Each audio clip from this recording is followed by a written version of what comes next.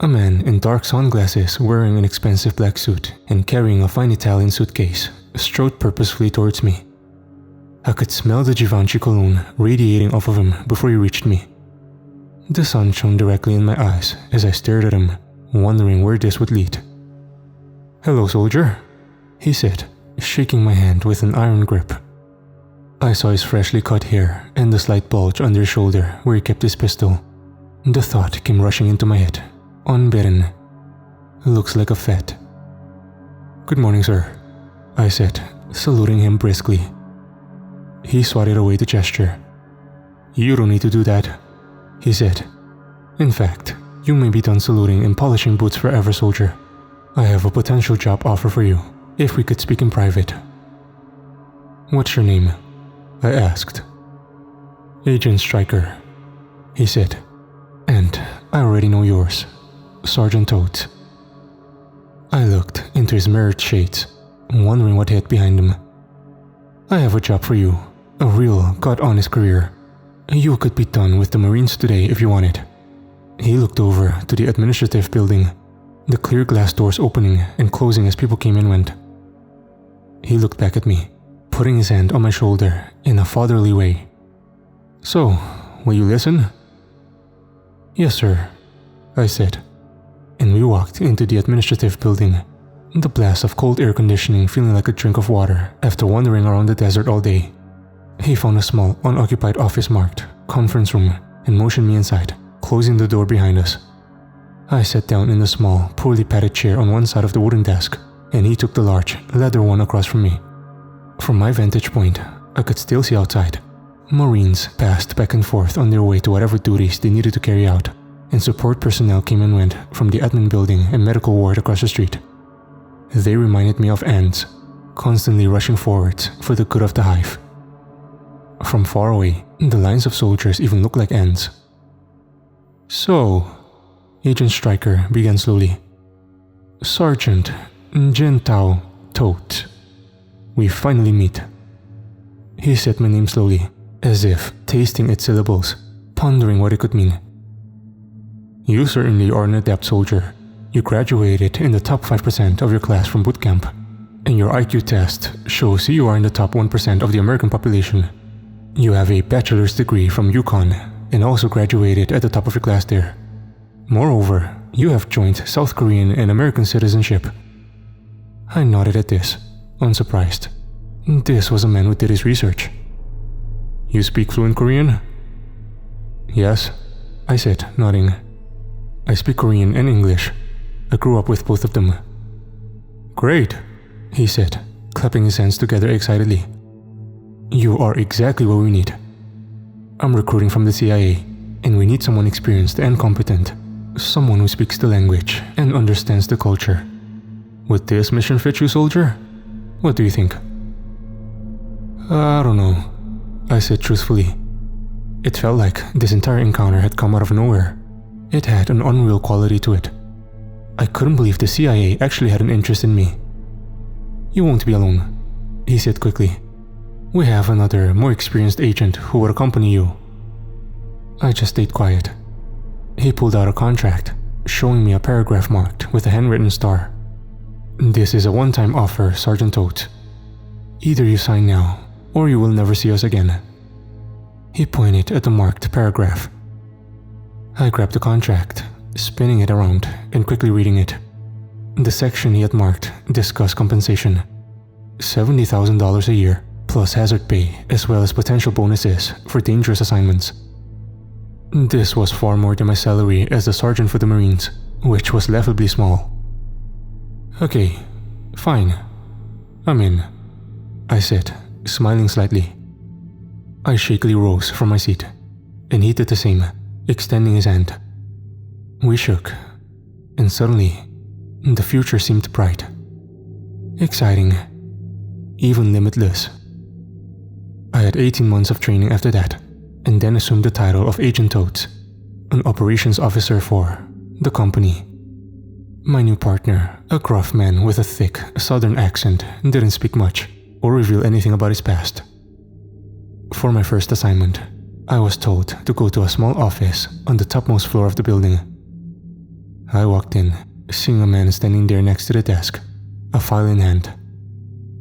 I looked him up and down, seeing a muscular gym rat with blue eyes, a tanned complexion and very dark hair.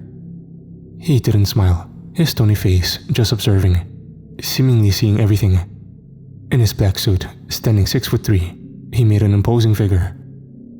"I'm Agent Toads, sir," I said, stepping forward to shake his hand. He quickly looked away, pretending not to notice it, and I put it down. "Yeah, I know who you are," he said.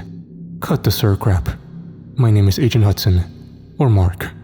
Since we will probably be killing people together, I assume we should start on a first-name basis. Right, Jintao?" A slight smile crossed his lips, a smile that didn't reach his cold blue eyes. He had the eyes of an executioner. A shiver ran down my spine, and I felt suddenly glad that this man was on my side. "This is our first assignment. Should be easy for a young hotshot like you." He pushed the folder into my chest, hard. I grabbed it, and he started walking out of the room. "Where do we meet?" I asked. He didn't even turn his head. 6 a.m. A car will be sent to your apartment. After that, maybe we'll meet in hell. I don't know." He laughed at his own joke, slamming the door behind him. I pulled the rolling chair back from the desk, putting the folder down. First, I went to the break room and made myself a cup of green tea, using lots of gyokuro leaves from Japan. Carrying the cup back to the office room, the fragrant steam rising from the cup, I thought of all the possibilities in that folder. It could be a mission to go to the rainforests of Central America, or the jungles of Cambodia, or the vast forests of Siberia. I opened the first page, my heart beating fast in my chest. I read through the preliminary report quickly, feeling a sense of disappointment. We were to go to the Democratic People's Republic of Korea, more commonly called North Korea. The order said Mark and I would travel to a biological and chemical weapons facility near the Chinese border, find out as much information as we could, and travel back to the rendezvous point.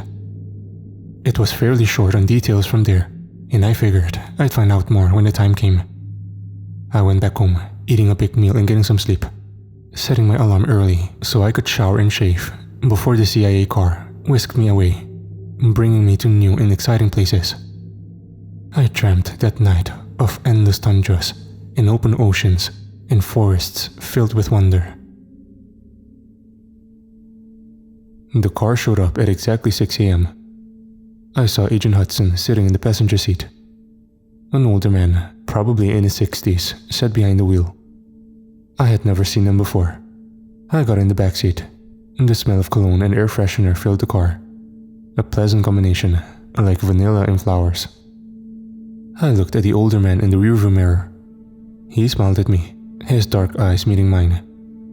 He stared at me for a long moment. "Agent Stryker recruited you, huh?" he asked, more of a statement than a question. I nodded. "He's a good man, Stryker. He recruited me too, all those years ago. My name's Al, by the way. I'm semi-retired, but I still drive for the company," he said, using the informal name for the CIA. A lot of people who worked for it simply called it the company or the agency, assuming everyone would know exactly what agency they meant. "Nice to meet you, Al," I said, feeling tired. I had taken a caffeine pill and some ginseng supplements just before I left, but the combination hadn't kicked in yet. I looked up at Mark, who stared out of the passenger side window, not speaking. "Is this the first time in the DPRK?" Al asked. I nodded. "Boy, some crazy shit goes down in that country. My dad was in the Korean War. Have you ever heard of a Kuishin?" I had heard the term, but I didn't really know anything about it. "No, I grew up in the USA. I speak Korean, my family taught it to me, but I don't really know the urban legends," I said. His eyes narrowed as he drove down the highway towards the military airport.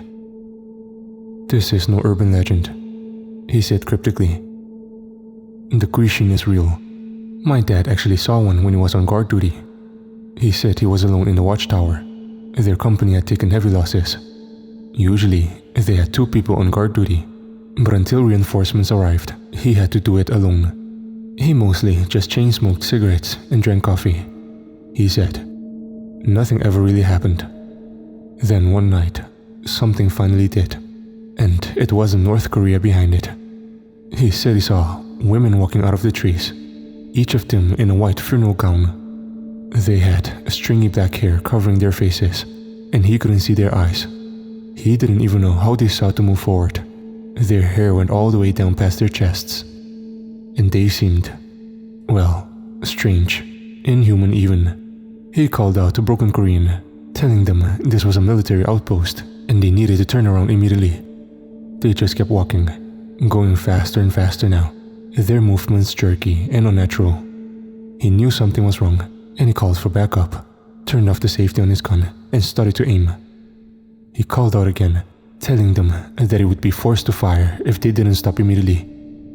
They started running towards the guard tower then, a dozen of them, and as they ran, the wind blew the hair back from their faces. He saw they had skulls beneath, grinning, bloody skulls with pieces of rotted flesh still hanging off. They were barefoot, and he saw the bones in their feet from where the skin and muscle had worn away.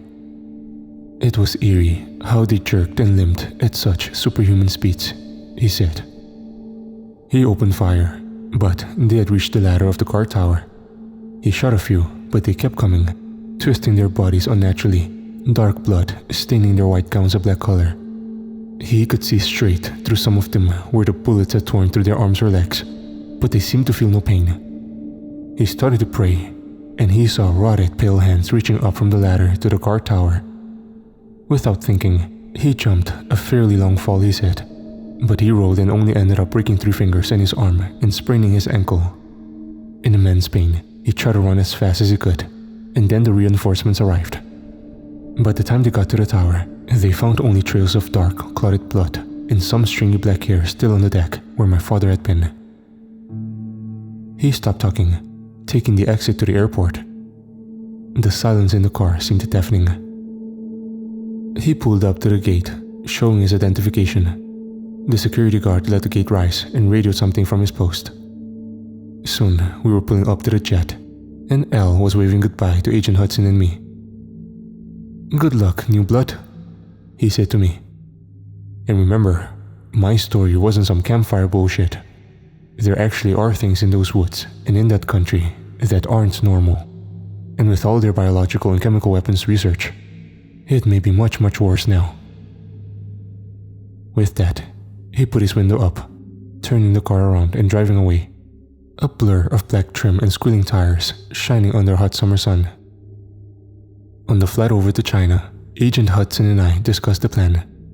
We would sneak in through the relatively porous Chinese-North Korean border at the exact time when the guards were being changed. We had a 5-minute window where the departing guard would brief the arriving guard in the station watchtower before coming back out. Moreover, we would be armed with various weapons, in addition to the Glock 30 I always carried in my shoulder holster under my suit.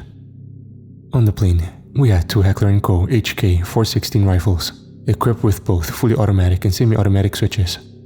We had pre-filled magazines with dum-dums, special bullets that would expand on impact and create catastrophic tissue injuries in any enemies we encountered.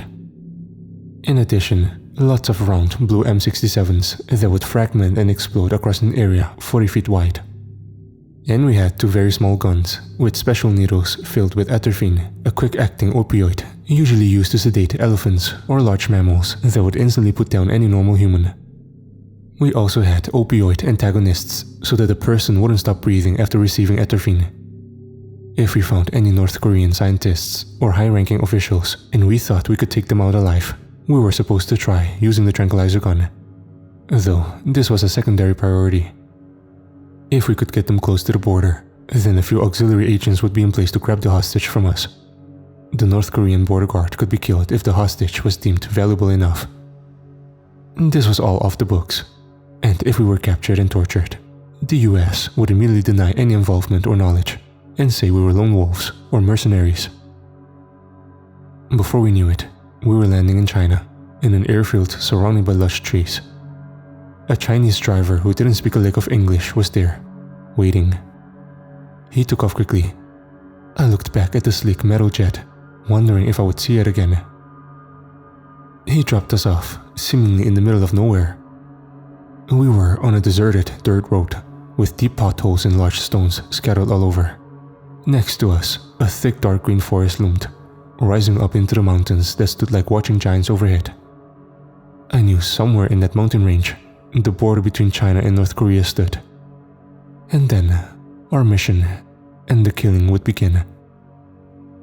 Though this happened 2 months ago, I still remember the eerie sensation that crawled over me then, as if my intuition knew of the horrors I would encounter that day.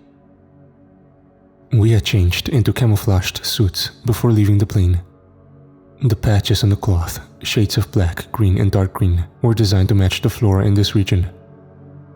Without hesitation, Agent Hudson began to tramp off in the woods, leaving the dirt trail behind. We didn't talk on the walk. He checked an electronic compass in his pocket, seemingly adept at reading the bizarre, constantly changing numbers on the screen. He would occasionally stop behind a tree, pull out the electronic compass, and then slightly change paths again. Soon, I saw a small clearing with a watchtower up ahead. Looking to my left and right, from our vantage point high on the mountains, I saw more watchtowers picking up from the North Korean terrain. They went as far as the eye could see, spaced out in the thick forest, their tops rising above the trees like snakeheads rising out of a pit. "This is the crossing point," he whispered. "Be ready for anything." I nodded grimly, and we walked forward. I took out my binoculars, and I saw the shape of a man on top of the tower. I was about to motion to Agent Hudson, but he had already seen it. He peered through his binoculars, frowning. "Should we cross if there's still someone up there?" I asked. I thought this was supposed to be the changing of the guard. He looked at me strangely. "Look again," he whispered. I took out my binoculars and really inspected the figure. Though in the dying light of the day, it was hard to make out details. But after 6 or 7 seconds, I had seen and realized enough. The man wearing a North Korean military uniform had been crucified against the watchtower, his eyes cut out and his skin peeled off. Someone must have skinned him alive and then put the uniform back on his mutilated body. We walked forward slowly, our HK-416 rifles raised. Soon, we reached the watchtower and found no one around it. We walked slowly up the stairs, making as little noise as possible, expecting an ambush. I came to the top of the tower and found the man's corpse, with thick nails driven through his wrists and ankles. He hung from the wall around the topmost room of the tower, his head drooping. I saw letters written behind him in Korean, thick lines of black paint. And I looked and beheld a pale horse, and his name that sat on him was Death, and hell followed with him. "That's the Book of Revelation," Agent Hudson started to say when the corpse twisted violently and inhaled. The muscles on its skinned body writhed as it pulled against the nails, sending thick gouts of blood streaming down its body. Snapping its teeth, its lipless mouth opening and closing with loud, clacking sounds, it tried to lunge at me. Instinctively, I backed away, but the nails driven deep into the thick wood had kept the corpse attached. "Oh God," I whispered, pulling out my pistol and pointing it at the head of the writhing body. "No," Agent Hudson said, his voice fierce and commanding. "Don't fire any guns unless necessary. The sound could draw attention. It could draw the whole damn North Korean military. Just leave it there. We have a mission after all." My head seemed to clear, and I put the pistol away. We walked back into the tower and started ascending the stairs, the corpse still gnashing and snapping its teeth at the air as we left. Our plan was to go straight to the biological weapons laboratory after moving through the Chinese-North Korean border. But our plans went quickly awry when dozens of North Korean soldiers ran by in their brownish-gray uniforms. And thankfully, we were higher up in the mountains than the soldiers winding their way up the dirt road below. They only had one car, and the rest tried to run next to it. The car billowed out black smoke and gave the entire surrounding area a smell of burning and sulfur. All the soldiers I could see were extremely thin with sunken eyes and prominent cheekbones. They looked like they hadn't seen a good meal in years. And since this was North Korea, they probably hadn't. But they still were armed and far outnumbered us. We were supposed to use stealth to complete the mission, not raw force. A North Korean informant had given us the code to enter the biological weapons facility, and we would be entering at the slowest time of the day when the fewest staff members were present. We would still have to kill any guards we encountered, however. "Change of plans," Agent Hudson said, pointing to a deer trail that wound up in the opposite direction of the approaching North Korean troops. "There's a small border town nearby where we can hide temporarily, until the military clears off the road." "There's no other way?" I asked. He shrugged. "Not that I know of," he said. "Our planned route follows that road. We could lay low for a couple hours, then come back and check out the area. Try not to be seen by any civilians though. They're all spies for the regime. These people turn in their own neighbors for an extra bowl of rice. Hell, half of them are eating snakes and rats and grass just to survive. They probably earn $1,000 a year at most. They would bring us right to the torture chamber if they cut sight of us." "Yeah, I figured," I said. "So, are we just not gonna talk about what we saw back there?" Agent Hudson stopped suddenly, giving me a severe look. His blue eyes looked me up and down coldly. "Okay, then talk about it," he said. The statement caught me off guard. I didn't know how to respond to it. "Well, I mean, you have more experience than me. I was wondering what you thought," I said. The trees around us rustled in the slight mountain breeze, the air smelling sweet and clean. I looked past Hudson and could see for dozens of miles into the North Korean countryside. Quaint, small villages dotted the landscape, with dirt roads snaking their way through the thick trees. Far off in the distance, from the direction of the watchtower, we heard yelling. And from a different direction, dogs started barking. "Ah, shit," Agent Hudson said. "Let's pick up the pace. They have tracking dogs, I think. I don't know if they'll pick up our scent and follow us, or whether they'll catch the trail of whoever actually did that horrible crap, skinning the man alive and all that. But our trail is fresh, so I'm not liking our odds." He began to speed walk, pulling out the electronic compass and reading it as he went. From our view high up on the mountain, I could see a little town not far away. Agent Hudson did too, and he quickly pocketed the electronic compass. "Okay, I know where we are," he said. "Don't need that anymore." "So, are you going to answer my question?" I asked. He walked fast beside me, breathing hard, a slight sheen of perspiration showing on his face. "I don't have an answer for you, Jintao," he said calmly. "Do you think I know everything strange and unusual we'll encounter just because I've been in this job for a few years? But no, I don't know what's going on.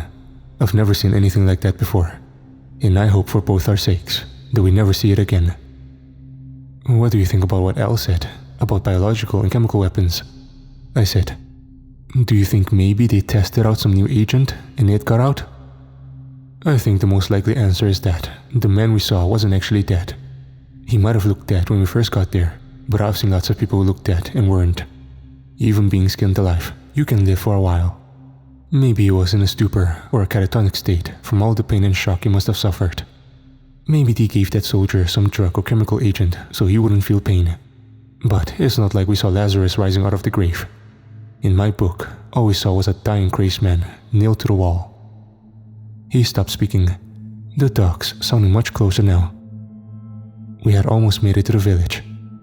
It looked fairly empty, though I saw a feral-looking, extremely skinny cat skulking around a nearby resident.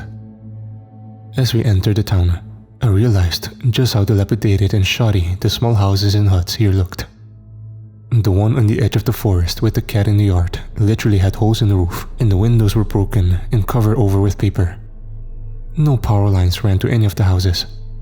I thought to myself how cold and miserable the winters must be here, without electricity or central heating. As if on cue, an old woman came hobbling out of the house, stooping down to pet the cat. She looked tiny, no more than 5 feet, and had an old-fashioned red satin dress covering her thin, shaking frame. She looked up at us with bleary eyes, the whites looking like yellow jelly. She had a hunched back look and took small tottering steps as she leaned heavily on her wooden cane. After staring at us in surprise for a few long moments, she smiled, showing her few remaining teeth spread out in her mouth like lone sentries scattered across a war zone. "Are you with the tour group?" she asked in Korean. I immediately answered, smiling. "Yes, we got separated, I'm afraid," I said. She gave me a suspicious look. Then she motioned for me to come inside the house. "Well, come in," she said. "I'll get you food and water. Maybe we can find a way to get you back to your group." "That'd be wonderful," I said. Agent Hudson understood some Korean, but not much.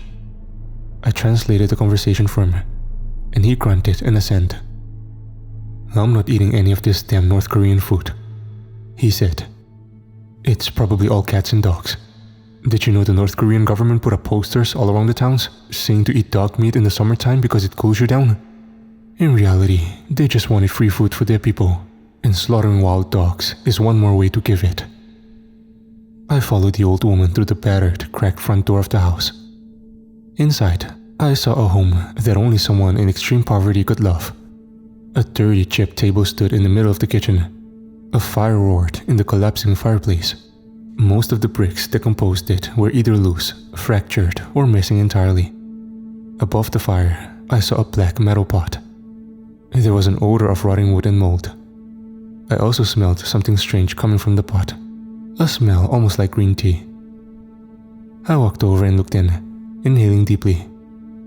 In the boiling water, I saw only grass clippings and a dead snake, being cooked together for a disgusting broth. I looked up sharply at the woman, who didn't seem to notice my revulsion. "You eat this?" I asked the woman, who smiled wanly. "When we can catch snakes or rats to eat, we do," she replied.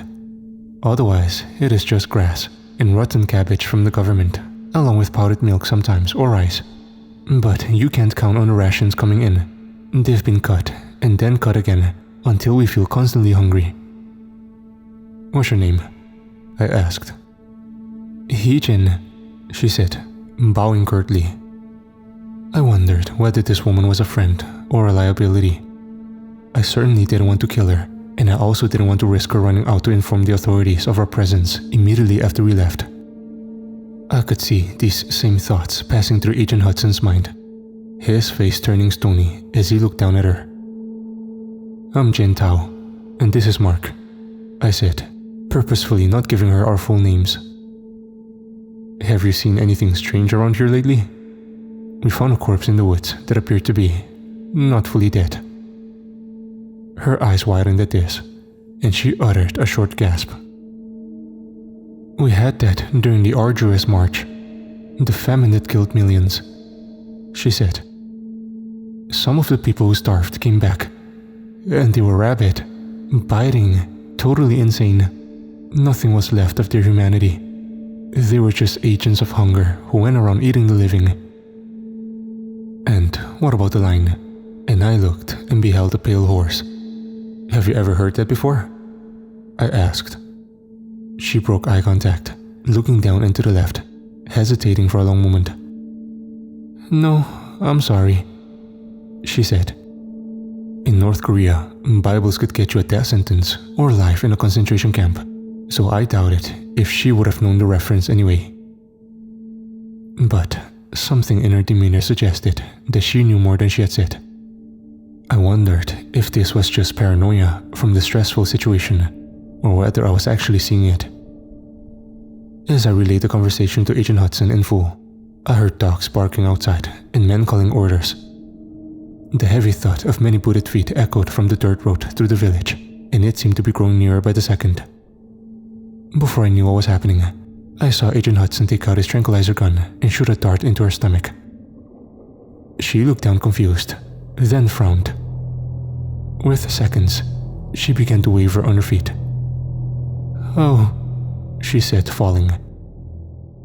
Agent Hudson scooped her up in his arms as the knocks came from the front door, loud and insistent.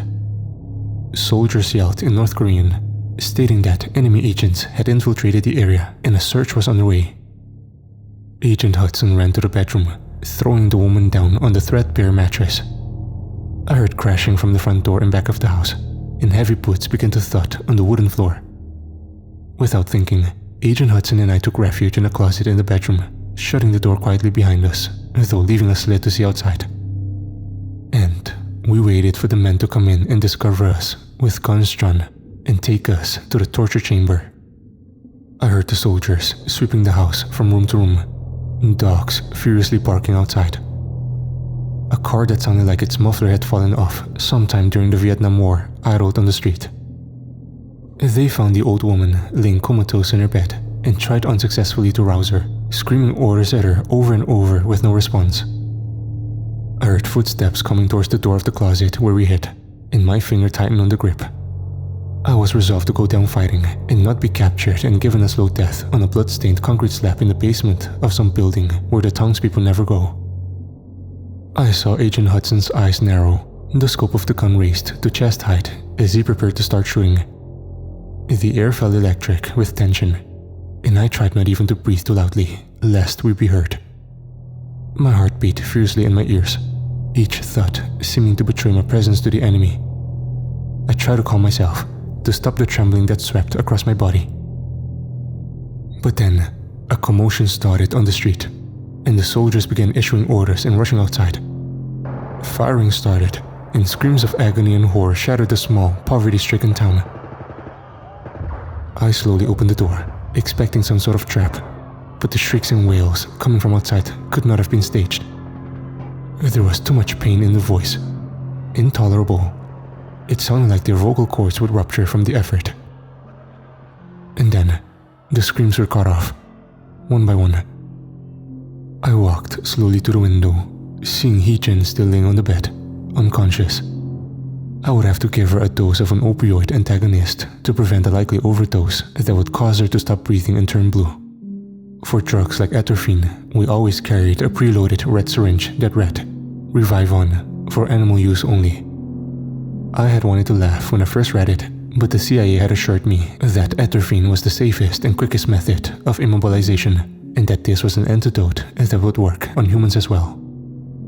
As I got to the window, seeing the cracked glass panes and ancient, splintering wood, a sudden urge to turn away came over, and I began sweating heavily. Chills ran up and down my body, and I felt unreal. Not in the moment. It felt like I had just woken up in the middle of a dream. But when I looked outside, I knew my mind could not have conjured such atrocities in the course of a nightmare. On a white, skeletal horse sat a rat rider, his body twisted and dark, his features demonic and inhuman. The hooves softly clicked on the dirt and stones. As the men rode over bodies, their faces frozen in horror, it seemed like I was looking at something not from the angles and geometry of our universe, as if space itself twisted around this horrendous being of power. Its massive head formed the shape of an upside-down triangle, its crimson skin as smooth as fresh paint. Two bulbous, glistening eyes stared out straight ahead, unblinking. They looked like two spherical obsidian stones, as large as baseballs and seemingly without eyelids. They looked insectoid, or even entirely alien. Like the eyes of a poisonous snake, they radiated malice and power. Underneath, it had some strange exoskeleton, its bones on the outside of its body, grooved and smooth, like a red shell rippling down its thin chest. Its legs jutted out the sides of the undead horse, like the legs of a praying mantis, sharp and muscular. The horse, despite having no flesh or muscle on its body, moved quickly. It had two pure black eyes, like those of its master, though not nearly as strange. They didn't form a bulbous, spherical mass like those of the riders, but looked like two black stones embedded into its skull, shining with oil-spot rainbows and colors that glimmered off its eyes as they caught the sun. A North Korean man ran across the street, and the rider on the horse pointed a long, festering finger in his direction and uttered a single word. The man stopped immediately, his eyes widening, the blood draining from his face. He began to claw at his own eyes, ripping them and shredding them until blood streamed from the sockets and two empty lidless voids stared out. He began to choke and turn blue, as if he had swallowed his own tongue, and fell to the ground, seizing and kicking. I saw his fingernails and lips becoming cyanotic as he laid on the dirt, as limp as a rag doll. As if in response, the creature on the skeletal horse gave out a deafening demonic shriek. It echoed across the mountains, reverberating in eerie waves. The voice sounded like thousands of voices spliced together, some simultaneously fading out, while others rose in a harmonizing cacophony. It made a nightmare sound, and goosebumps rose on my skin as I listened to the cry of this creature. A cry as alien and inhuman as anything I'd ever heard. I realized Agent Hudson was no longer standing next to me. He had the red syringe in his hand, injecting some of the Revivon into Hee-Jin's neck. Her breathing seemed slow, far too slow for comfort, and her face looked pale. But within seconds, her breathing began to accelerate and her eyes started to flutter. With a confused, sleepy expression, she opened her eyes, seemingly not realizing where she was or how she got there. Agent Hudson looked up, motioning for me to come over. I looked out the window. I saw countless bodies on the road, men, women, and children all laying haphazardly next to one another. The creature had stopped its incessant, demonic screaming, but the echoes still came back over the mountains, slowly dying over a few seconds. My ears rang from the intensity of it, high-pitched buzzing that made it hard to understand Agent Hudson's words. I listened intently, looking at his lips. "She knows something," he said, his eyes cold and slitted. "We need to find out what's going on here. I think it's something far worse than we imagined." I heard the distant clicking of the horse's hooves as it passed down the street, trampling the dozens of corpses on the way. "Oh no, I knew it," Hee-Jin said woozily, her head spasmodically moving from side to side. Her eyes, wide and full of terror, looked up at the ceiling as she lay on her ancient bed. Agent Hudson looked at me. "Your Korean is far better than mine," he said. "She will trust you more than me, simply because you know the language and look like her." I shrugged. "I'll give it a shot," I said. I pulled up a rickety chair, continuously glancing out the window. But the strange rider had passed by. He no longer screamed, and the silence outside seemed deathly. The smell of blood hung heavy in the air, coming through the cracks and broken windows of the dilapidated house. "Hee-Jin?"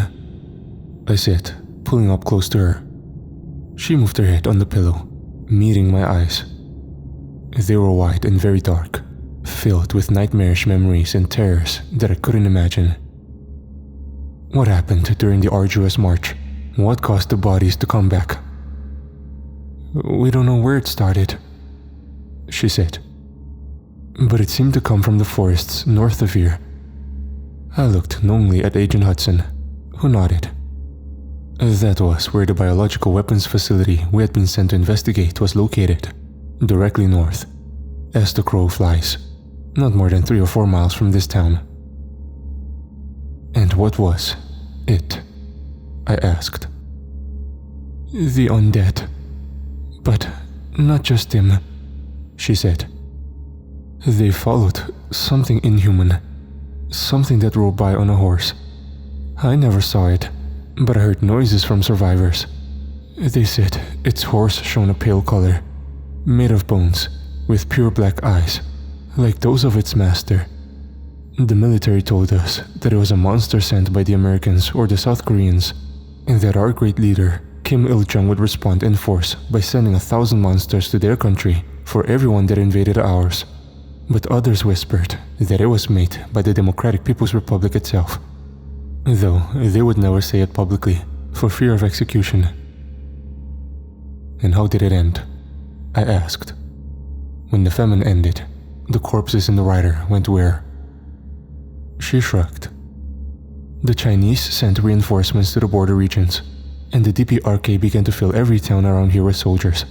Most of the Korean soldiers were starving, just like us, and they would take our food by force, whatever little we had. If anyone was caught hoarding more than a couple meals worth, they would be publicly executed. I spent that time foraging in the forest for herbs and mushrooms, and trying to capture small game, even eating rats and mice I caught in traps. I avoided the town as much as I could after I saw the first of the dead rise to life. It seemed to last forever. But then one day, the soldiers were gone, and food began to come back in slowly.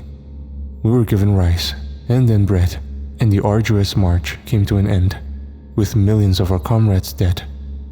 It was so bad back then. You couldn't leave the bodies of your loved ones out. They had to get buried immediately after death. Otherwise, you'd come back and find their bodies gone, or meat cut out from their legs and arms. Cannibalism ran rampant, and people ate grass and dirt just to fill their stomachs. "But you're still eating grass," I pointed out. She smiled sadly. "Only once a day now," she said, as if that made it acceptable. And in these hellish conditions, maybe it was. I had immense respect for this old woman who had survived such hardships and starvation and seen such horrors unleashed. "How come none of this ever got out?" I asked. "No one in the rest of the world knows about the dead rising during the famine.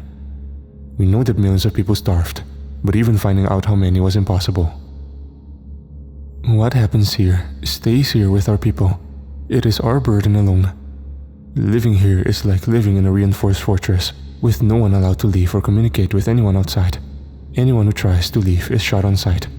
The police make sure you know the consequences of trying to leave, or of communicating with the outside world.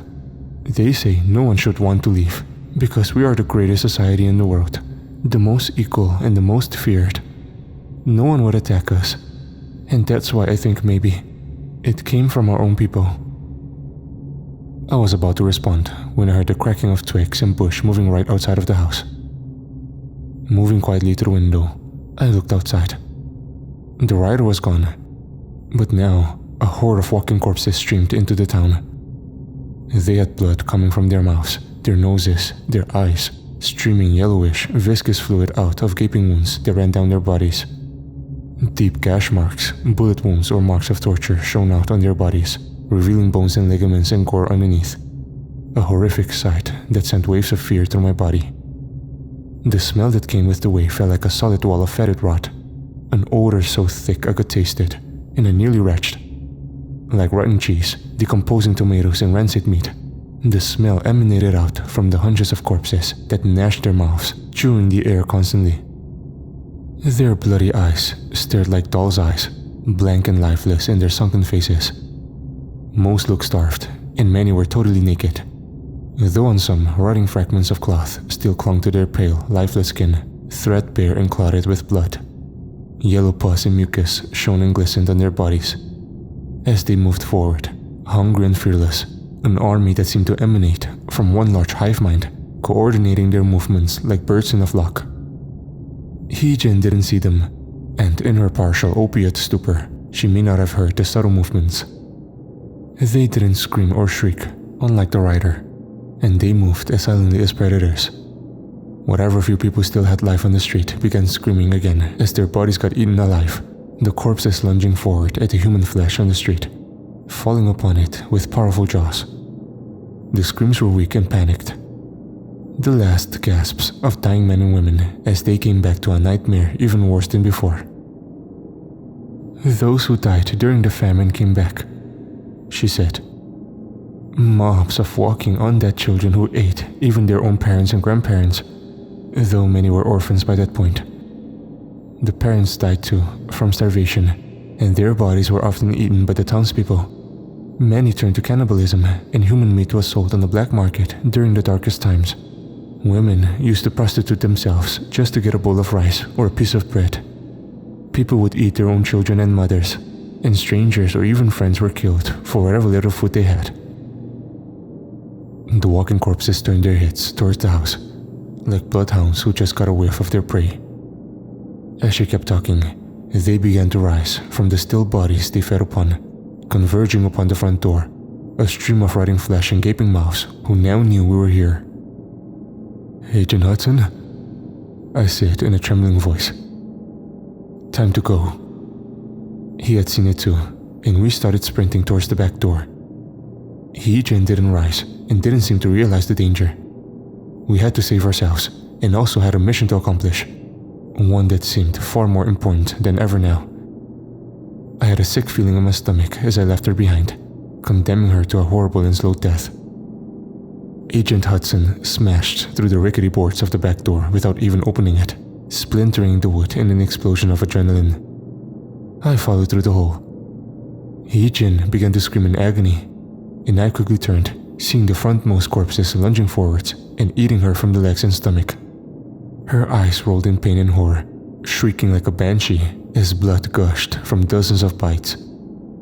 The undead in the back of the streaming crowd stopped, looking at me while I stood in the door, an M67 fragmentation grenade in my right hand, round and blue as a robin's egg.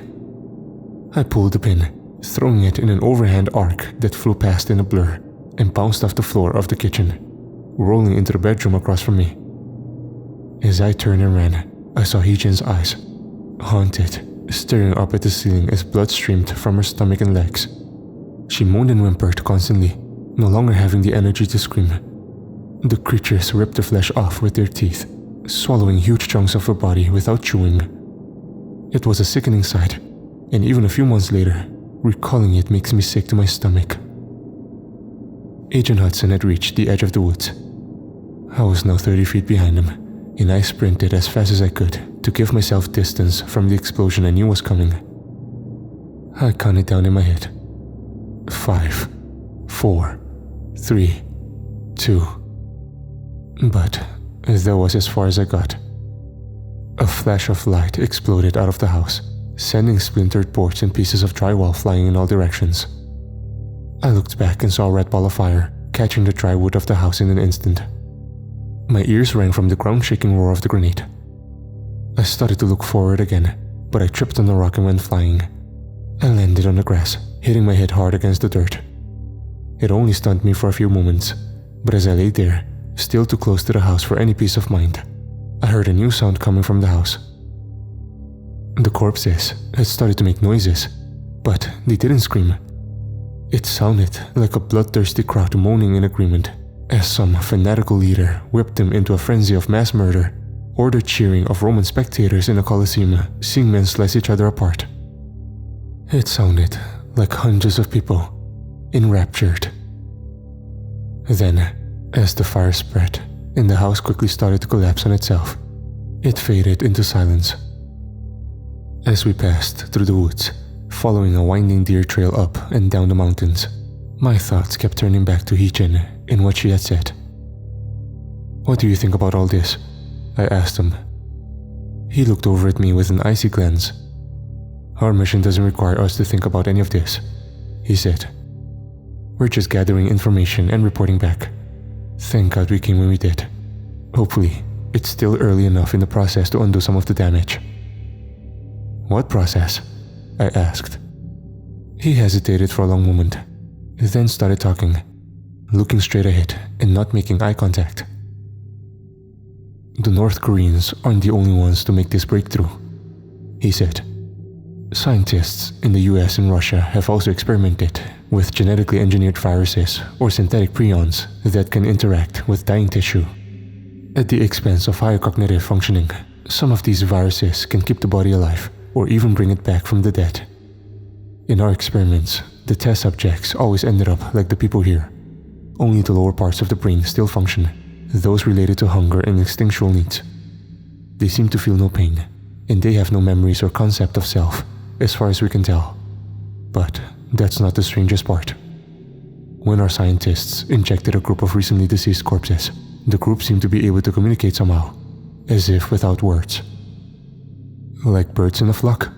I asked, remembering my thoughts when I saw the silent river of bodies flowing into the town. He nodded grimly. "Somewhat, but this is more complex. We understand flock movement. It's simple science. Each bird keeps a certain gap between itself and every other bird, and so any movement on the fringes causes the entire group to move, as if of one mind, but in reality, they're all just responding instinctually to the desire to put a predetermined space between themselves and the other birds nearby.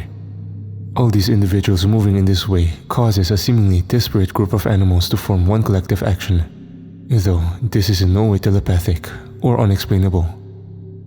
But these undead..." He shook his head slowly, walking forward with undetermined steps, his heavy boots crushing the earth underneath. "It's something more. It isn't just instinct. It's like they can communicate without any external signal. I'll give you an example. We had two, in part, prison cells in the same hall. Every meal, one of our men would come by and give them raw meat, which they would greedily eat as soon as it was thrown. But something went wrong. The two reanimated corpses couldn't possibly see each other, and they never talk, not in words anyways. Sometimes they make noises when they're dying or being attacked, like we heard back there. It's always the same sound, never a scream or a cry of pain, but that strange, drawn out, ah. I nodded. I've heard similar things before, I said. I remember listening to a Hitler speech about the final solution. As he advocated mass murder and extermination, the crowd began clapping and emitted the same bloodthirsty ah, like a combination of bloodlust and adrenaline, of extreme pleasure and the promise of future death of the enemy. But why would they do it when they die? He shrugged. No one knows.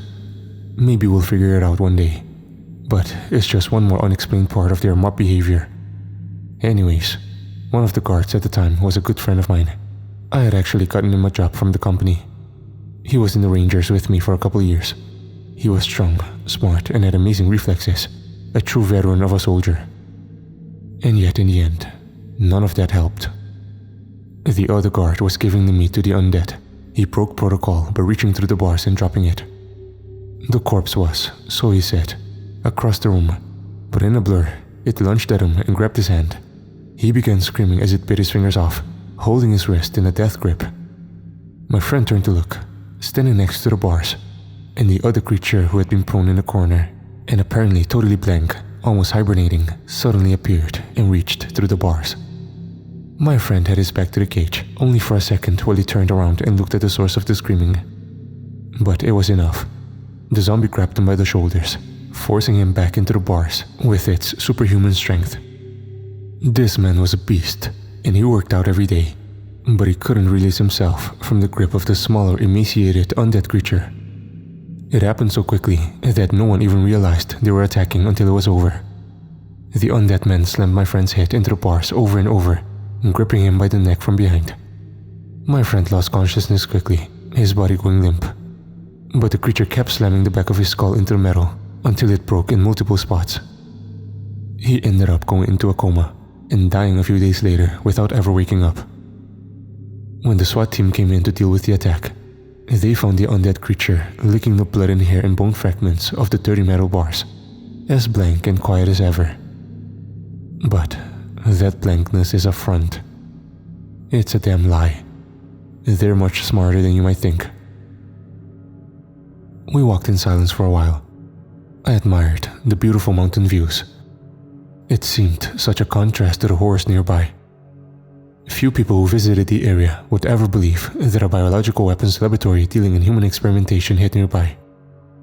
Moreover, we had been warned before we left that the North Koreans may have secret camps in the area to use prisoners as slave labor and keep the human guinea pigs close to the laboratory so they could be slaughtered and experimented upon easily and at once.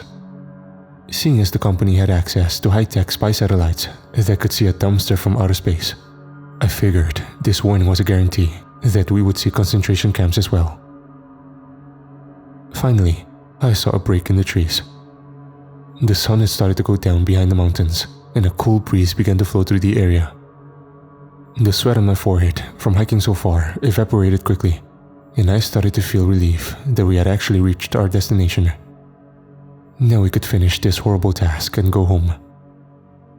But a chill ran through my body as I peered through the trees at the building.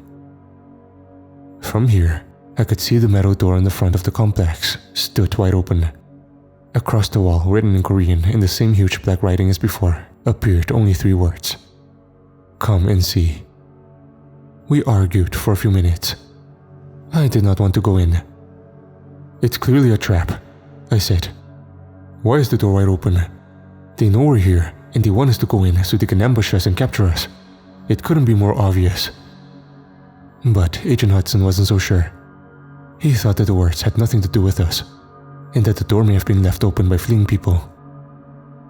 "Our mission," he said, "is to go in and find out what's going on. We have no choice. If it is a trap, don't get taken alive." But with the amount of chaos in this area right now, We will never have a better chance than we do at this moment. We need to take it. I sighed. Stay close behind me and cover our backs.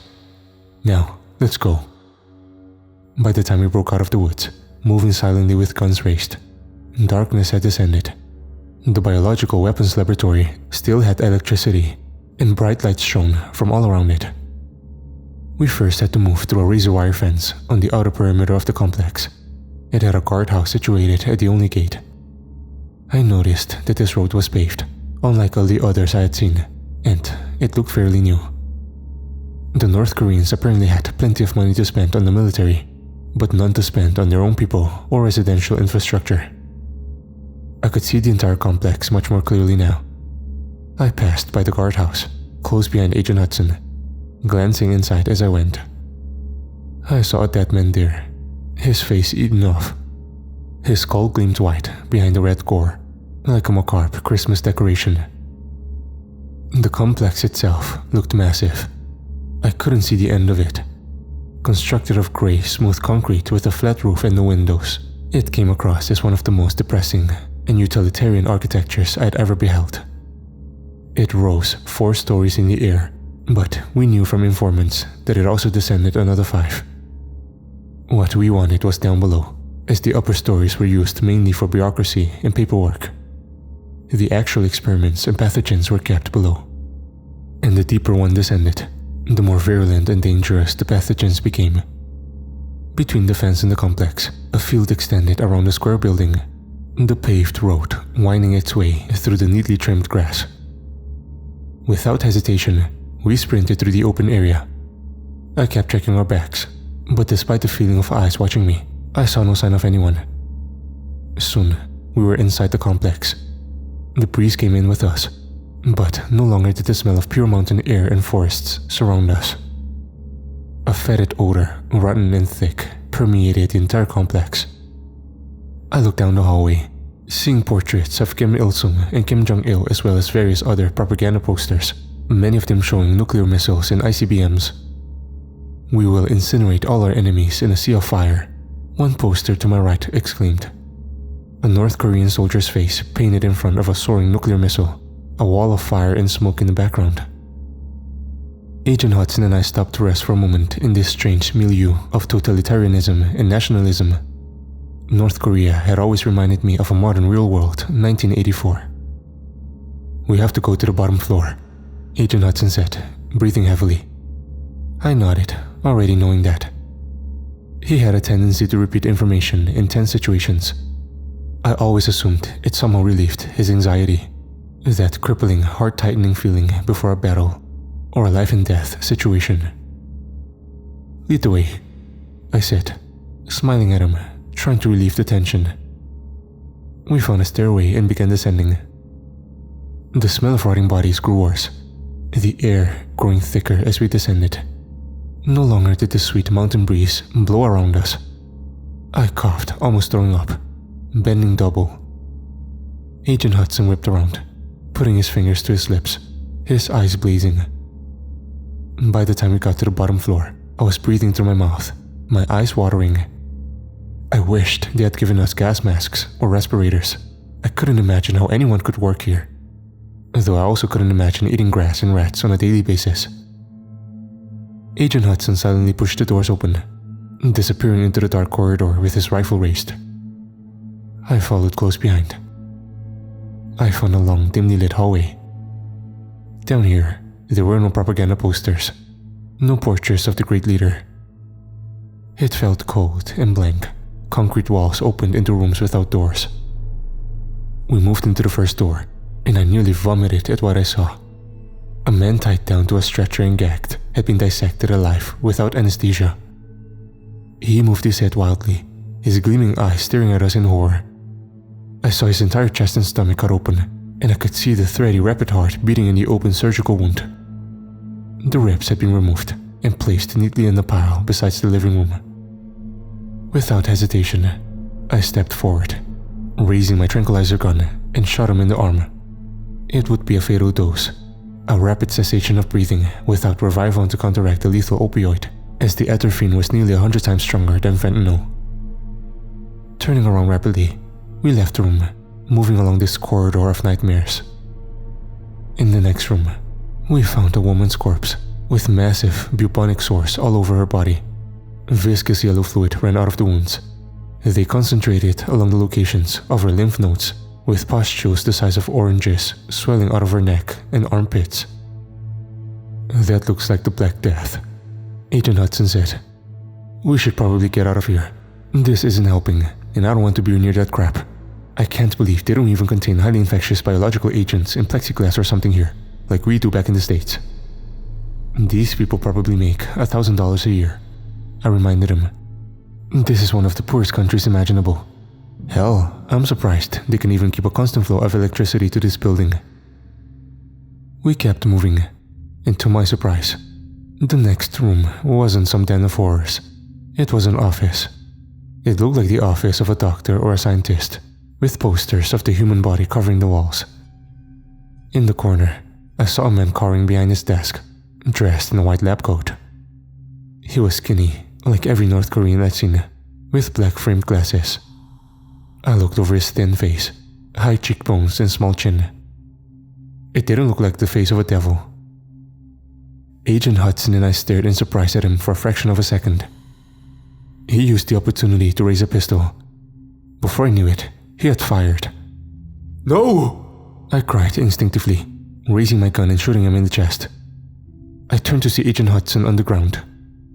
I ran towards the scientist, who now laid on the floor, a puddle of blood spreading underneath his body and soaking into his white coat.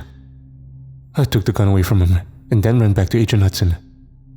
I saw with immense relief that the bullet had hit him in the Kevlar body armor, directly above the navel. It would probably leave a deep, painful bruise, but it wouldn't kill him. He grunted, sweating now. "God damn, that hurts," he said through gritted teeth, breathing fast. I left him on the ground and went back to the scientist. He was still alive. The bullet appeared to have hit him in his left shoulder. It bled heavily, but it didn't appear to have torn any arteries or major blood vessels. I knelt down next to him, putting my gloved right hand on the wound and pressing down. He screamed in pain. "Hurts, doesn't it?" I said. "So, I want to play a game with you. If you give me the right answers, I'll let you live. If I think you're lying to me though." I took one finger and reached into the bullet wound, pressing hard against the shattered bone fragments, feeling the warm blood running down my gloved finger. He nearly passed out, his face turning pale, but he came back to consciousness, shrieking and waving his arms.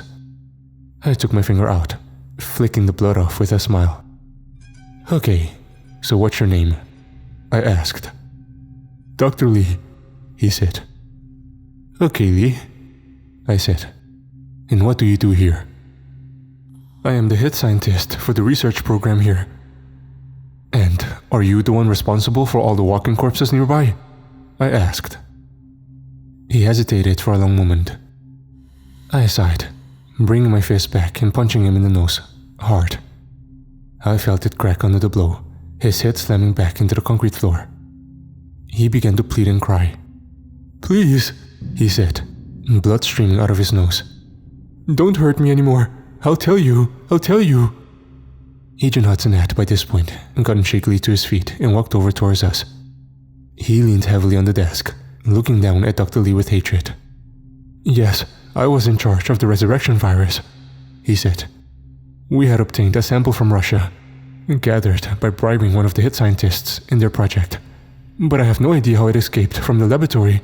We had only given it to a few subjects here." "And those subjects are all still here?" I asked.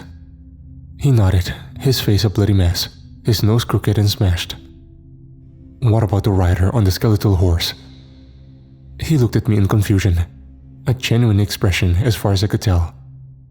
"The what?" he asked.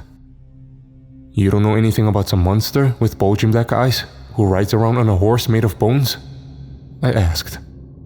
He looked at me like I was insane, and I figured that was answer enough. I looked at Agent Hudson. "What do you want to do with this one?" I asked. "We should in reality take him as a hostage. He likely has a lot of vital information." Shaking his head, Agent Hudson pulled his pistol out of his holster. "There's too much danger in our escape route," he said, We weren't counting on zombies when we made them. So, change of plans. No hostages. He aimed his pistol directly at the center of Dr. Lee's face. But we were so intent on our work, neither of us noticed the undead who had entered the room. Dr. Lee's eyes widened, but not at the sight of Agent Hudson's pistol. He looked behind him, beginning to whimper and plead. I spun around, seeing a small girl missing an arm. It was surgically amputated at the shoulder, and the wound still had yellowish pus and watery blood leaking out. Her eyes, though, were not those of a little girl. They looked like glass eyes, as lifeless as a statue's. Though this mission took place a few months ago, those eyes still haunt me, and in my nightmares, I still see them daily. With a vicious, rabid expression on her face, she sprinted forward, a blur of bloody skin in fluttering white hospital gown. Jumping on Agent Hudson's back, she began to bite fiercely at his neck. He spun around in circles, trying to throw her off and screaming for help. I ran forward, but somebody tackled me from the side, throwing me over the desk. As my shoulder smashed into the wood, my rifle went flying out of my hands. I landed on the chair, crushing it beneath my body. I feel the wood splinter and cut into my exposed skin. Rising quickly, I reached for my pistol, looking across the desk at the blank doll's eyes of the man standing there, a bullet hole in the direct center of his chest. I saw marks of the Black Death on his body as well, swollen lymph nodes turned black and purple, fluid-filled pustules the size of eggs rising on his skin. I shot him in the brain, and he went down, kicking and writhing. Agent Hudson had, by now, thrown the girl off and whipped his pistol around, shooting her in the face. Blood streamed down his neck from deep cuts where large parts of his skin had been bitten off. "Oh Jesus," he said, wincing. "That hurts." "We need bandages," I said. Dr. Lee sat up. "We have medical supplies in my desk," he said, pointing at the drawer. I quickly got out disinfectant and bandages, attending to Agent Hudson's wound. He breathed fast, but showed no signs of pain as I cleaned and wrapped it. "You're going to need my help to make it out of here," Dr. Lee said. "There's too many of those things. If you agree not to kill me, I'll help you and give you whatever information you need." As if on cue, I heard doors slamming from the floors above us, echoing down the stairways. "More of them are rising, and the concentration camp nearby has thousands of bodies. If you don't take my help, you'll be overwhelmed. There's secret passages near here." We quickly agreed to take Dr. Lee with us. Grabbing a medkit, we got him up. I recovered my rifle and pointed it at the back of his head. "Lead the way," I said, as dozens of footsteps began descending the stairs. I was hesitant to take Dr. Lee with us at all. If I knew I had been captured, he wouldn't have hesitated for a millisecond to dissect me alive, or use me as a guinea pig for some excruciating, hellish experiment. But he turned out to be more useful than I ever imagined. He sprinted down the long concrete hallway, leading drops of blood from his streaming nose as he went. Agent Hudson and I followed him, side by side, both of us checking our backs constantly. The footsteps grew louder and closer by the second, and at any moment, I expected to see dozens of hostiles streaming through the door. Dr. Lee turned suddenly into a random side room on the right. It looked no different from the other biological laboratories, except this one had no research subject strapped to the cold table. Dried blood saturated the surface and the floor all around it. I thought to myself what a health code violation that was, then realized with some slight amusement that this country had probably never heard of a health code. The door slammed loudly open at the end of the hallway, but I heard no men shouting orders, no dogs barking, no sound of normal human interaction. A cold chill ran down my spine as the soft padding of sprinting footsteps came closer and closer to the room. Dr. Lee frantically ran to the corner, leaving small random drops of blood dripping down from his wounds. I wondered whether the undead could smell the blood, whether they would follow the scent directly to us in a matter of moments. Dr. Lee fumbled with a hatchway in the corner. He pulled it open with a loud shrieking of metal. The small metal door was covered in rust, and it looked like it hadn't been opened since the Korean War. The sound of the groaning metal echoed down the hallway. So much adrenaline rushed through my body at that moment, I felt as if I could see every sound wave passing through the air. Time seemed to slow down as the first, twisting, limping silhouettes came across the threshold. Without thinking, I pushed Dr. Lee hard into the hatchway. Hearing him fall down the tunnel, I had no idea how far down it was. And at this point, I didn't care. I saw the open black mouths of the undead approaching me.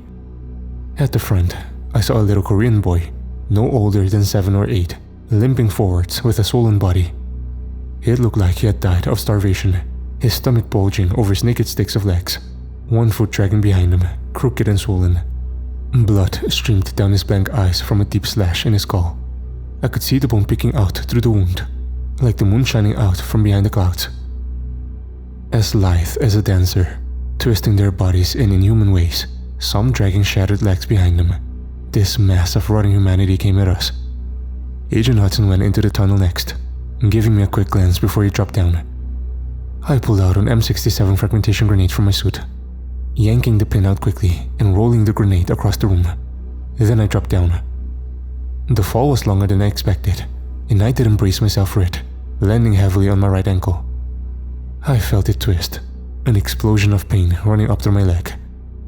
Then, the rest of my body fell forwards, and I landed hard on Agent Hudson. He grunted. "Jesus," he began to say. Then, the grenade went off. All I remember was thinking the world was collapsing around me, that the sun had gone supernova and blown apart the entire planet.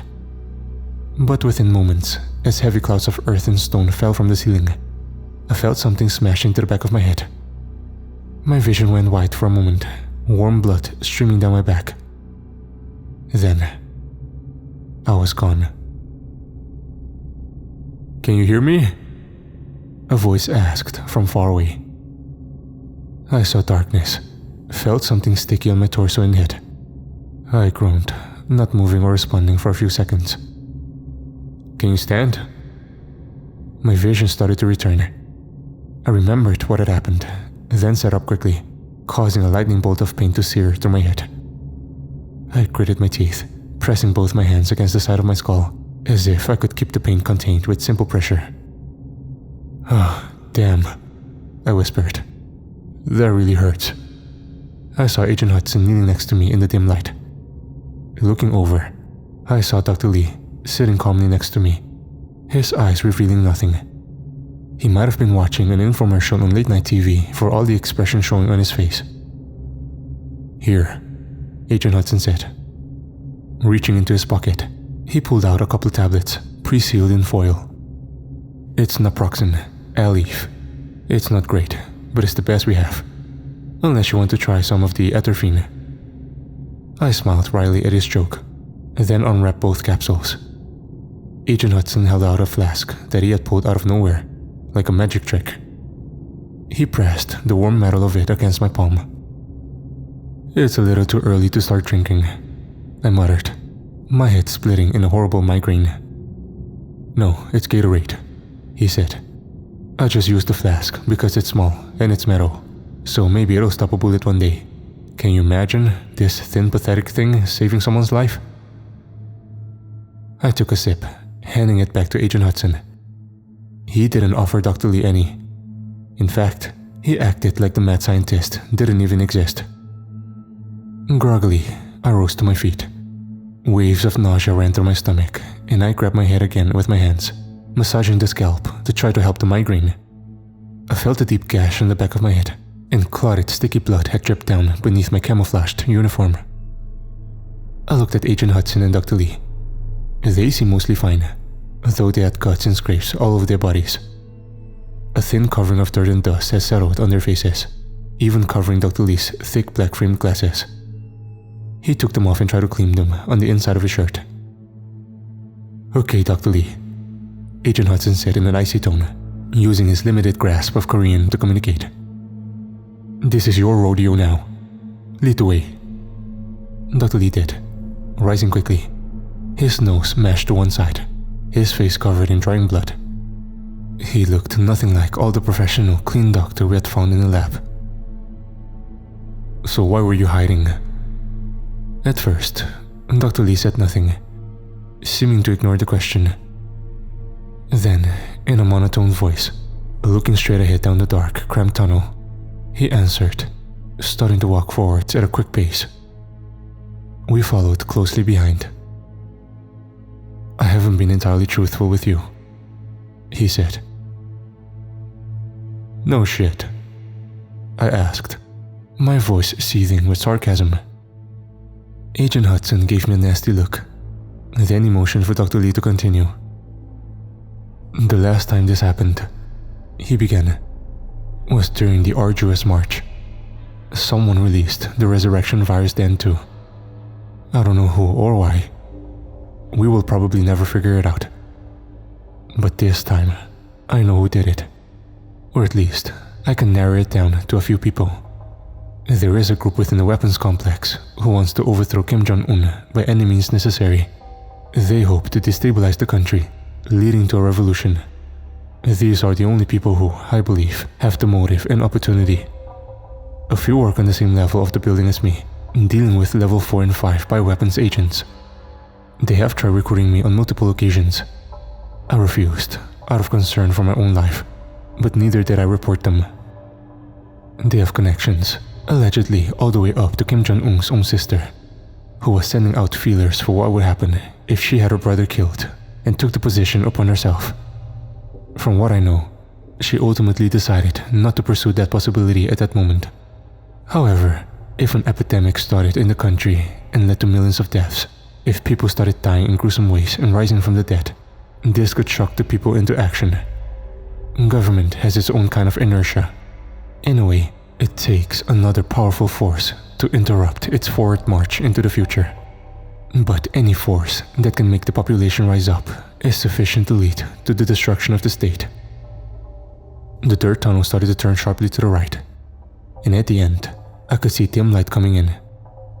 As we got closer, I looked up, seeing an opening with a rickety ladder that let the moonlight stream in. That hatch shouldn't open, Dr. Lee said, frowning. He began to climb up the ladder rapidly. Agent Hudson followed quickly behind him, his pistol grasped in one hand. He had aimed it at Dr. Lee in case he tried to run or trick us in some way. For all we knew, he could have assassins and snipers waiting for us to emerge from the hatchway above our heads. But I heard no movement. I followed up the ladder behind Agent Hudson, gripping my pistol in one hand as I slung the assault rifle over my back. I wanted to be able to fire at the first moment if necessary. Cold fingers seemed to tickle my back, goosebumps rising all over my skin. I knew something major was close, and I didn't want to reach that cataclysmic moment. I felt like a sleepwalker, sliding blithely over the edge of a cliff.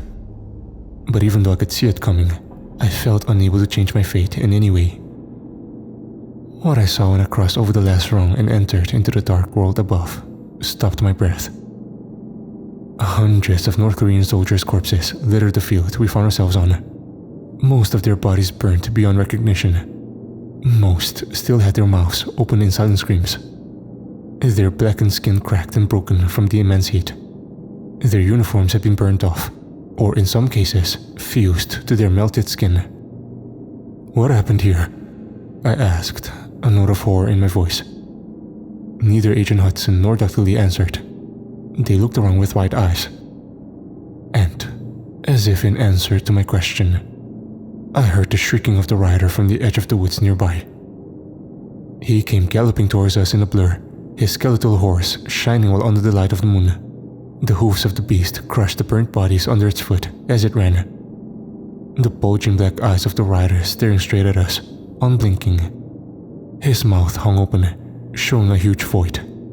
The air around it seemed to ripple as the eerie, ear-splitting scream emanated from his alien body, rising and falling in waves, echoing through the trees and spreading over the mountains. At that moment, I could barely hear orders being shouted in Korean, and reinforcements began to arrive, rushing through the trees that surrounded us and emerging into the field. They barely looked at us, focusing all their attention on the rider and his horse. They began to fire rapidly, and I pulled Agent Hudson and Dr. Lee towards an opening I saw in the human wave attack. Bullets whizzed overhead and past my ears, all aimed at the shrieking rider. One North Korean soldier ran past the others, throwing a grenade at the monster. The creature went quiet all at once, as if shocked at this brazen move. The horse rode over the grenade, and a second later, it exploded. Agent Hudson, Dr. Lee and I had reached the edge of the woods by this point, and I tackled Dr. Lee, instinctively pushing him and myself down. Next to us, Agent Hudson lunged, covering his head with his hands. Shrapnel and splinters of wood flew past us, a pillar of red flame rising up in the center of the field, obliterating the burnt corpses that littered the ground like leaves in an autumn forest. But when I looked back into the field, I saw the rider still approaching, totally unharmed by the bullets and the explosion. He jumped off his horse as the soldiers closed in around him. Hovering in the air a few inches above the ground, he began to spin around, shrieking his inhuman cry again, and white light poured from his body, as thin as a razor. 4 streams of blinding energy shot out from his chest. As he levitated in the air, rotating slowly in circles, the streams of deadly light hit the bodies of the soldiers that ran forwards around them, firing their guns and yelling orders. As soon as the pulsating currents of light hit them, they immediately went quiet, their eyes widening, their mouths open. After it had passed, their bodies would slide apart, cut in half at the chest as if by a laser. In horror, I saw the flesh on their bodies begin to burn and melt, ripping apart as the light cut through the skin. Within seconds, every person standing in the field was dead, their destroyed bodies falling on those of their comrades underneath. The screams of the rider faded away as he lowered himself back to the ground, his sharp legs digging through the corpses of men underfoot and into the dirt beneath. From the opposite side of the field, I saw fresh reinforcements streaming in, some nearly tripping on the thousands of bodies that now littered nearly every square inch of the field, sometimes 2 or 3 deep. The rider paid them no heed, walking back over to his horse and mounting it with an alien grace. He started to ride towards us, the North Korean soldiers yelling orders at him and opening fire. However, it was ended as quickly as it started when thousands of undead began to rush in from the surrounding forest, the mass of rotting flesh overtaking them like a stream rolling over a pebble. "Go!" I whisper-screamed at Dr. Lee and Agent Hudson. Dr. Lee was directly in front of me. I put my pistol directly against the back of his head. "And if you try anything, I swear to God, I will blow your brains out before you even know what hit you. I'm not in the mood to be fucked with. Got it?" He nodded, his eyes gleaming under the thick glasses. He turned away from me and started going at a jog, staying close behind Agent Hudson. Once we had given some distance between ourselves and the field, I turned, seeing no sign of the rider. Agent Hudson pulled out his electronic compass, sighing when he saw the coordinates. He pulled out a satellite phone from his pocket and dialed a long string of digits. After a few seconds, he said, "We're 15 minutes out from the extraction point, 1 in tow. Level 5 situation is in progress near the border. We need immediate backup." Without waiting for a response, he hit the end button and shoved it back into his pocket. He looked back at Dr. Lee with pure and utter hatred. "You know," he said as we began jogging through the woods, going up and down mountain trails and around huge rocks and ancient trees. "My grandfather was in the Korean War, Ray Hudson. He was captured and tortured by scumbags like this guy." He pointed a trembling finger at Dr. Lee. Agent Hudson did not look good. Even under the dim light of the moon and stars, I could see his neck wound had turned a sickly purplish color. He pulled out his pistol and put it to Dr. Lee's head, still shaking with anger. Or maybe something else. "I'll kill you right now. I swear to God. Give me one reason not to, you bastard. I'll scatter your brain all over the place. You understand me, motherfucker?" Dr. Lee nodded, his eyes wide with terror. "Agent Hudson," I said sharply. "What in God's name are you doing? Lower your weapon. This hostage is valuable." He kept shaking, his finger tightening on the trigger. I braced myself for the shot, for the back of Dr. Lee's head to dissolve in a spatter of gore and bone fragments. But at the last moment, Agent Hudson holstered his pistol. He slung his assault rifle back around and motioned with it for us to keep going. I wondered what I had just seen. He seemed like he was losing control in some pivotal way. But he was also my superior. And this was only my first mission. And who was I to tell an experienced agent how to do his job? But it still felt wrong. Finally, we saw the watchtowers in the distance, poking up above the trees as they went on a line all up and down the looming mountains. From here, I could see for miles. In the Chinese direction, I saw countless lights from cars, houses and businesses. But when I looked over to the North Korean side, I saw only darkness stretching for as far as the eye could see. Just up here, Agent Hudson said, pointing to the other side of the guard tower. I saw barbed wire stretching across our path, tightened around the trees and pulled taut to mark the border. I could easily cut it with the clippers on my belt. But as I walked up to it, checking to my left and right, a swarm of activity started behind us. Leaves rustled and twigs cracked as many feet trampled the ground. Through the trees, I saw dozens of North Korean soldiers emerge, pointing their guns at us and shouting orders. Dr. Lee put his hand straight up in the air. "Please, these men kidnapped me," he screamed. "I think they're agents of the Imperial American government. Help me." I saw my life flash before my eyes. I didn't know whether to put my hands up or go out fighting. Turning, I saw Agent Hudson put his hands up, his rifle falling limply from the strap wrapped around his neck. He winked at me. Following his lead, I dropped my rifle and put my hands up as well. The North Korean men, running forwards in their brownish-gray uniforms, pulled out handcuffs to arrest us. Then, sniper fire rang all around us. I dug to the ground, covering my head as the face of the near soldier exploded. The others quickly followed, their chests and heads disintegrating under the impact of the hail of bullets. And soon, it was silent again. I took my hands off my head, raising it slowly, seeing the still bodies of all the soldiers laying sprawled on the dirt. I looked across the border and saw Agent Stryker walking forwards in his immaculately pressed black suit, surrounded by a team of men in camouflage. They snipped through the barbed wire in seconds and approached us. Nearby, I heard helicopters descending. I looked over and saw Dr. Lee, still alive, looking shell-shocked and confused. Agent Stryker told him in Korean to put his hands behind his back, and they handcuffed him there on the spot, pushing him towards one of the helicopters. Agent Hudson and I followed wordlessly behind, crossing over the border.